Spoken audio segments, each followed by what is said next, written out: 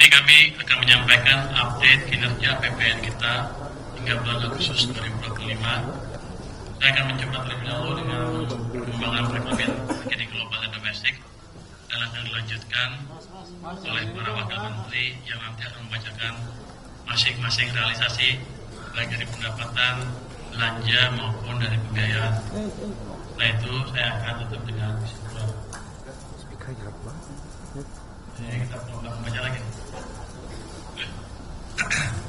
Mbak kuning, Mbak kerudung kuning. Kita mulai. Baik. Rekan-rekan media sekalian, dalam beberapa waktu terakhir kami mulai melihat perkembangan positif dinamika perekonomian global.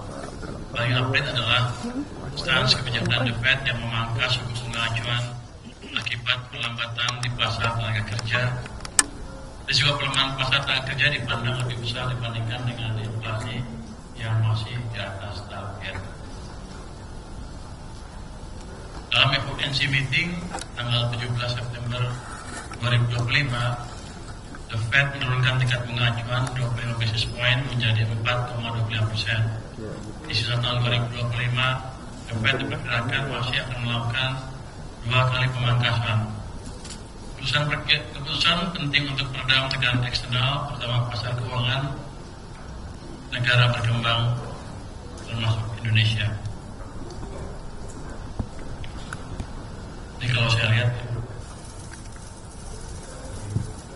2 kali pemangkasan kata pasar atau The Fed mungkin satu dan banyak negara ekonominya masih agak tinggi. Tapi kita harapkan The Fed lebih agresif sehingga kita juga bisa ikut menikmati pertumbuhan ekonomi yang lebih cepat dalam ekspor yang lebih kuat kinerjanya. Di luar perkembangan tersebut, kinerja ekonomi berbagai negara masih resilient hingga triwulan kedua tahun 2025. Meskipun AS pada periode yang bersamaan menerapkan tarif resiprokal tinggi, Indonesia menjadi bagian dari kelompok negara yang resilient.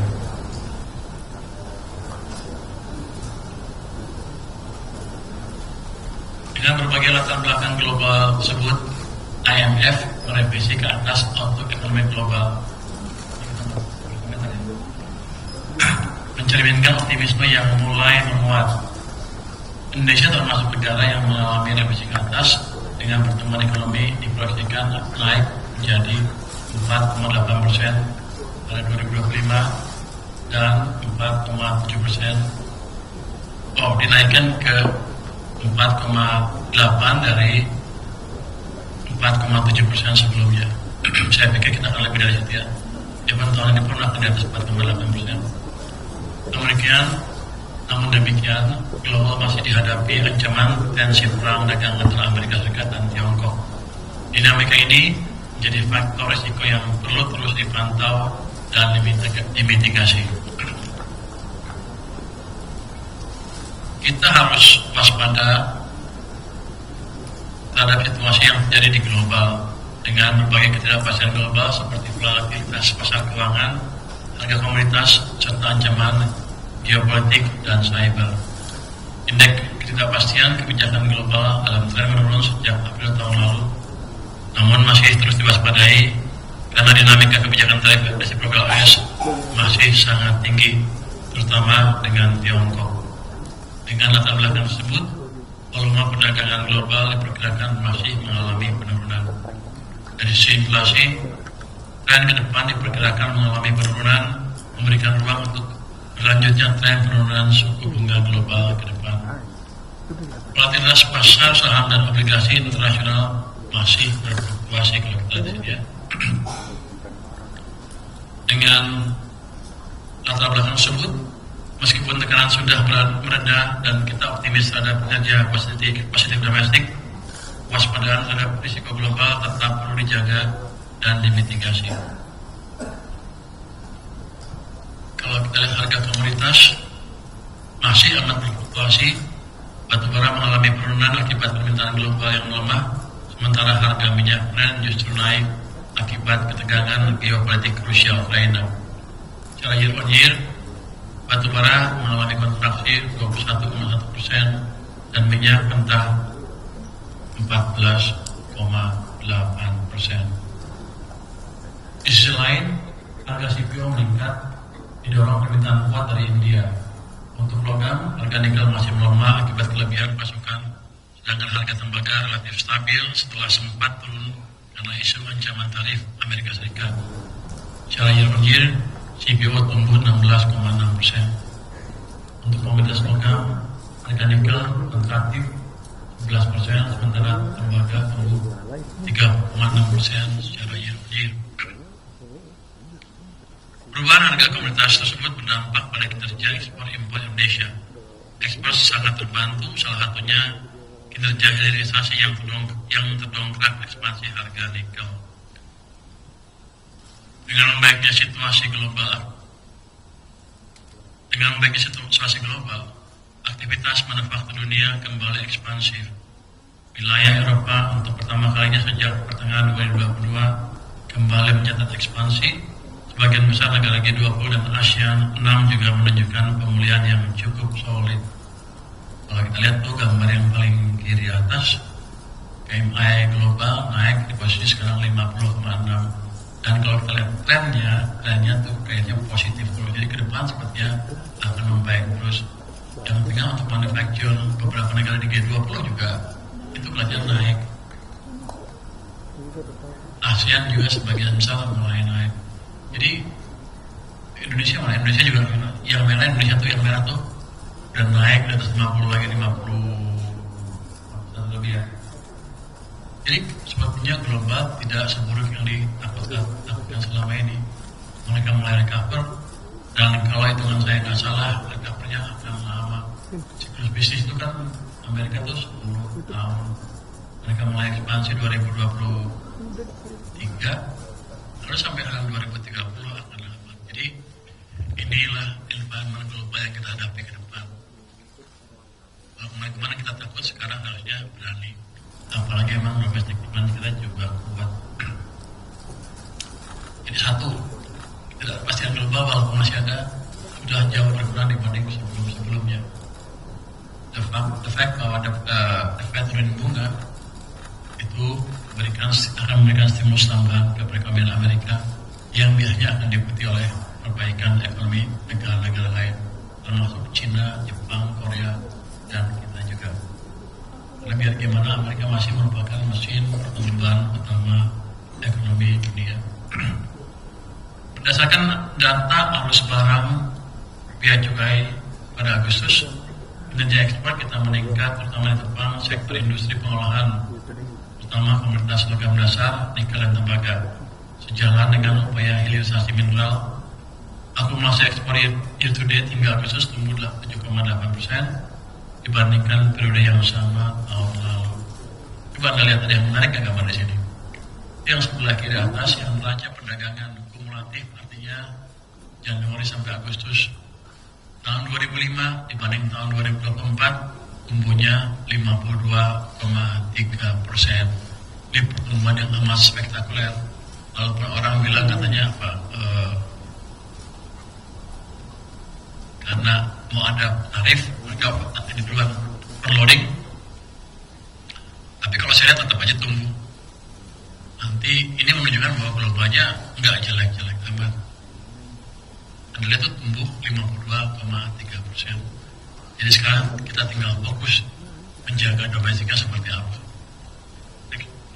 Nilai tukar rupiah, kita lihat pada level 16.498 per US dollar pada 19 September 2025 melemah 3,% year to date.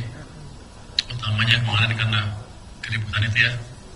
Jadi sebagai orang takut dan harusnya sih ke depan akan semakin membaik karena modal asing ke pasar saham sudah masuk cukup signifikan dan harusnya prospek ekonomi kita juga akan terus membaik. Anda lihat currency risk spread yield antara SPN dengan US Treasury itu menurun terus. Kalau di bulan Januari itu 4,57, sekarang sudah turun ke 4,2 akan terus membaik. Anda lihat currency risk spread yield antara SBN dengan US Treasury itu menurun terus. Kalau di bulan Januari itu 4,57, Sekarang sudah turun ke 4, yang bawah ya. 240 sekarang turun ke 216 basis point. Ya nggak turun banyak, tapi saya pikir cukup baik di tengah gejolak domestik, utamanya yang kemarin-kemarin. Itu kan spreadnya sempat naik, kemudian turun lagi. Jadi cepat sekali kepercayaan investor recover setelah keributan beberapa minggu yang lalu. Dan counter risk juga terjaga dengan cukup baik. Kalau kita lihat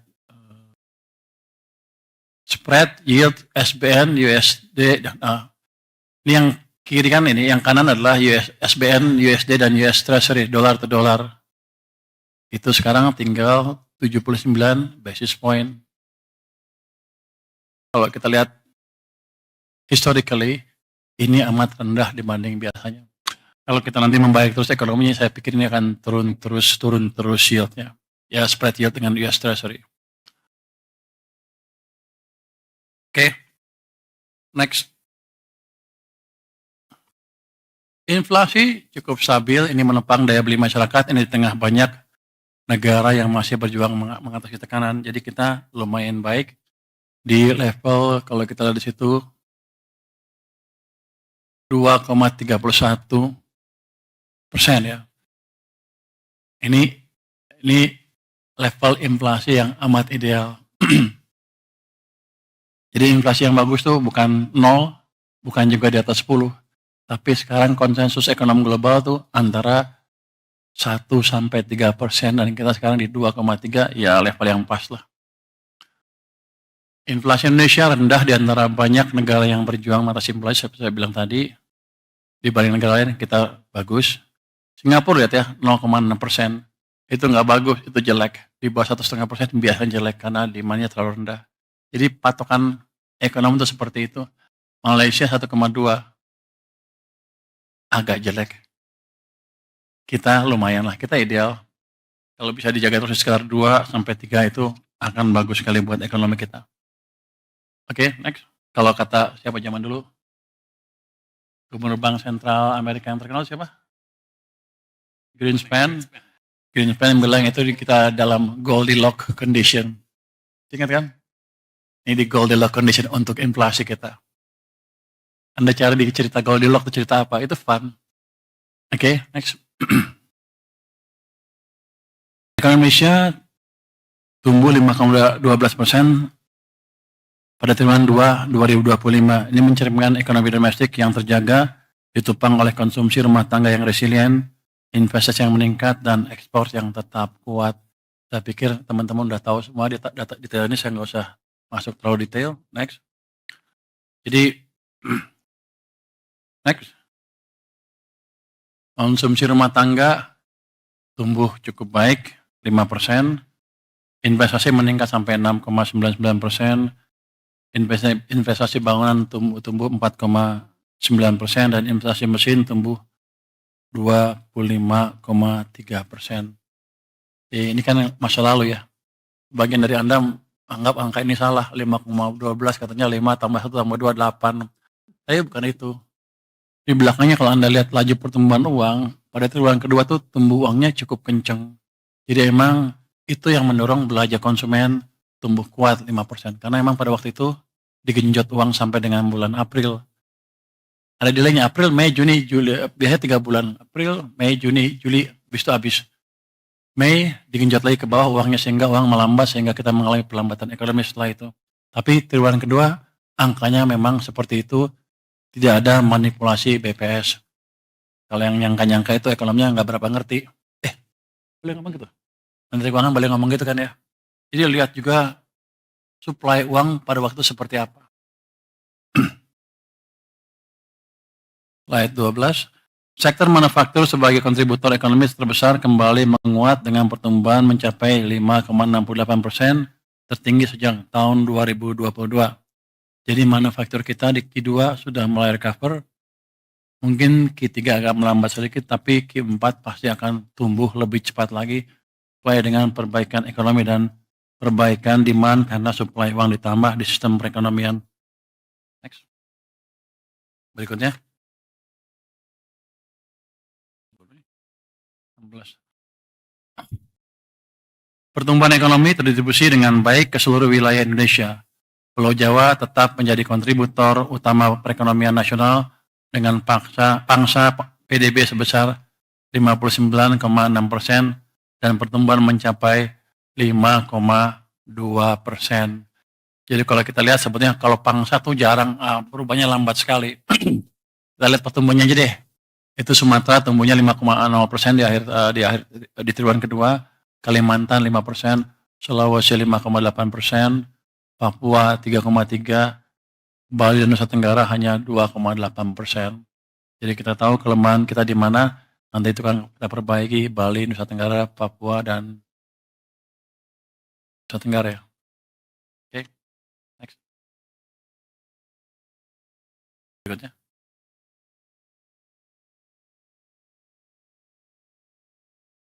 Jumlah indikator domestik juga menunjukkan tren positif.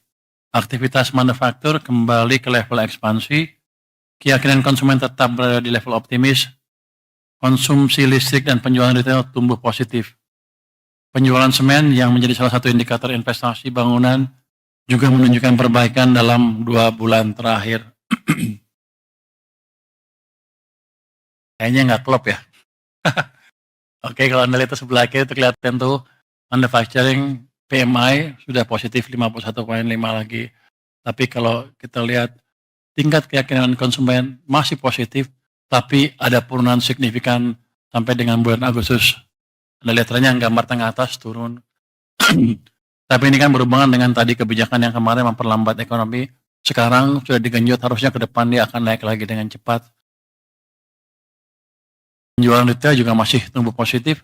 Anda lihat penjualan semen itu masih negatif, artinya investasinya mungkin masih lambat, tapi ke depan saya yakin itu akan positif lagi. Oke. Untuk mendorong pertumbuhan ekonomi yang lebih tinggi, peran sektor keuangan menjadi sangat krusial sebagai penopang pembiayaan produktif. Sampai dengan Agustus lalu, kita masih menghadapi tantangan dan dari sisi pertumbuhan uang beredar yang lemah, dengan pertumbuhan M0 mencatat hanya 0,3%. Anda lihat tuh, M0 yang merah tuh gambar yang atas tuh di 2025 tuh cenderung negatif, sempat positif di April terus turun lagi ke bawah dan mulai ke sini sampai Agustus di 0,3. September mungkin masih agak, tapi saya yakin Oktober akan tumbuh dengan cepat. Jadi ekonominya bisa bergerak lagi. Ruang ekspansi perbankan terus dipantau. LDR mendekati batas atas, katanya berapa? 86,5. Tapi ini rendah dibanding kalau kita waktu tumbuh. Lagi cepat-cepatnya tumbuh. Dan saya yakin ketika uang saya masuk ke perbankan, LDR-nya turun lagi. Jadi bank mempunyai ruang untuk memberi pinjaman, untuk membiayai ekspansi ekonomi yang lebih cepat ke depannya. Jadi kita udah set semuanya supaya kita lebih cepat ke depan. Next. Oh, udah ya? Ini masih saya? Oh, masih 16. Oh, yang 200 saya masih terangin lagi. Jadi, oh, jadi ini jelasin sedikit yang 200 triliun itu. Jadi ini penempatan kas negara dengan bunga rendah di bank komersial. Jadi ini bukan saya taruh dalam bentuk program pembangunan atau earmark ke suatu tujuan tertentu, bukan. Hanya taruh itu di perbankan. 55 triliun di Mandiri, 55 di BNI dan BRI, di BTN 25 triliun dan di BSI 10 triliun. Ini bunganya 80% dari bunga acuan BI tidak digunakan untuk pembelian SBN syaratnya ya. Dan tenor 6 bulan itu dapat diperpanjang. Jadi sebetulnya nggak ada tenornya itu. Jadi kalau bank nanya apakah kami boleh meminjamkan jangka panjang, boleh aja. Saya akan jaga supaya mereka nggak keganggu, saya juga nggak keganggu. Dan kalau saya lihat dari sejarah stok uang kita di bank sentral, harusnya saya nggak akan pernah terganggu. Masih amat banyak, masih cukup. Ya hanya mereka nyaruh sekitar 400 triliun atau lebih sepanjang tahun. Hanya pindahin sebagian. Ini dampaknya ke likuiditas naik, cost of fund jadi turun. Si Pak Hotman Paris ya, protes sama saya katanya. Waktu dia memperpanjang depositonya, bunga jadi turun. Dia jadi rugi katanya. Emang itu tujuan saya. Nah, biar dia belanja lagi. Kalau belanja kan ekonomi jalan. Atau dia bagi-bagi ke orang, ekonomi jalan. Memang itu tujuannya. Jadi itu merupakan konfirmasi bahwa kebijakan kita mulai jalan. Konsumsi dan investasi akan naik karena bunga turun dan multiplier effect untuk pertumbuhan ekonomi akan kelihatan semakin signifikan. Ini juga kedepannya akan kita sinergikan dengan fiskal moneter. BI sudah menurunkan 25 basis. Itu tujuannya sama untuk membantu likuiditas di sistem perbankan supaya bunga turun, supaya ekonomi jalan. Jadi mereka juga sekarang pro growth. Oke, saya pikir utamanya itu untuk dampak dari apa? Manfaat dari penempatan dana yang 200 triliun itu. Next.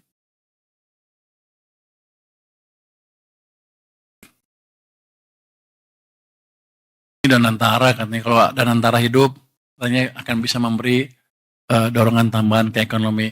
Yang di bawah kiri adalah kontributor investor terhadap investasi.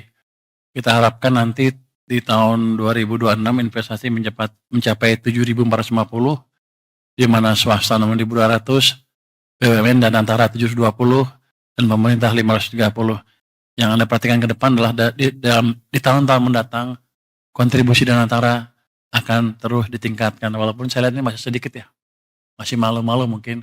Tapi saya yakin ke depan kalau udah jalan, dia tumbuhnya akan lebih cepat dari sekitar 980 triliun di tahun 2029. Oke. Next. Oke, saya jelaskan asumsi dasar ekonomi untuk 2025 ya. APBN-nya 5,2, realisasi 5,12. Ini yang saya bilang tadi kan, 5 tambah 1 tambah 2 jadi 8. Tapi saya sudah jelaskan alasannya ya. Memang ada uang lebih yang mendorong demand pada waktu bulan-bulan di triwulan kedua tahun 2025. Inflasi mencapai sekarang 2,31% year on year, nilai tukar 16,498 end of period ya. Yield SBN 10 tahun 6,28% end of period. Asumsi APBN 2026 berapa? 6,9.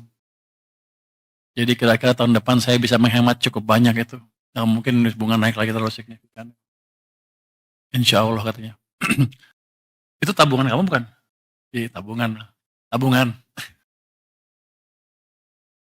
Harga minyak mentah Indonesia 66,07 end of period.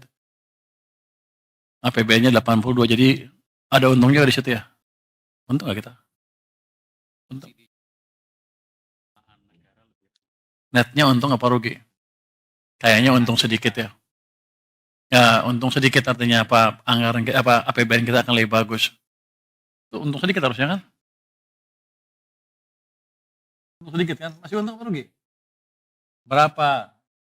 Untungan per dolar. Oke, pakai untung lah pokoknya. Lifting minyak habis loh banyak. Banyak ngitungnya dia. Lifting minyak 575,4 di bawah asumsi. Ini emang sektor yang harus dihidupkan lagi ke depan. Saya akan cari cara bagaimana memberikan insentif ke investasi di perminyakan dan gas. Lifting gas juga 680,4 triliun. Apa itu? Bukan ya? 180,4 ribu oh ya. Ini oil equivalent ya, di bawah asumsi juga. Jadi di situ ada kelemahan kita di situ. Tapi pada dasarnya next. Pada dasarnya sih masih cukup baik. Ini kita sebutkan realisasi APBN sampai dengan 31 Agustus 2025. Pendapatan negara itu 1.638,7 triliun. Itu 57,2% terhadap outlook-nya. Belanja negara mencapai 1.960,3 triliun, 55,6% terhadap outlook. Defisit APBN 321,6 triliun atau 1,35% dari PDB. Keseimbangan primer masih 22,0 triliun rupiah. Jadi kalau lihat dari sini sih, harusnya kan negatif keseimbangan penerimaan sampai dengan akhir tahun. Jadi masih ada, ini indikasinya adalah masih ada belanja pemerintah yang mesti dipercepat lagi supaya keseimbangan penerimaannya sesuai dengan desain waktu kita buat anggaran untuk tahun 2025. Oke, mungkin itu dari saya. Untuk bagian selanjutnya saya serahkan kepada para wakil menteri untuk menjelaskannya. Silakan. Terima kasih Pak Menteri. Teman-teman media semuanya, kita lanjutkan ke bagian belanja negara. Belanja negara ini bagian yang tadi, belanja negara 1.900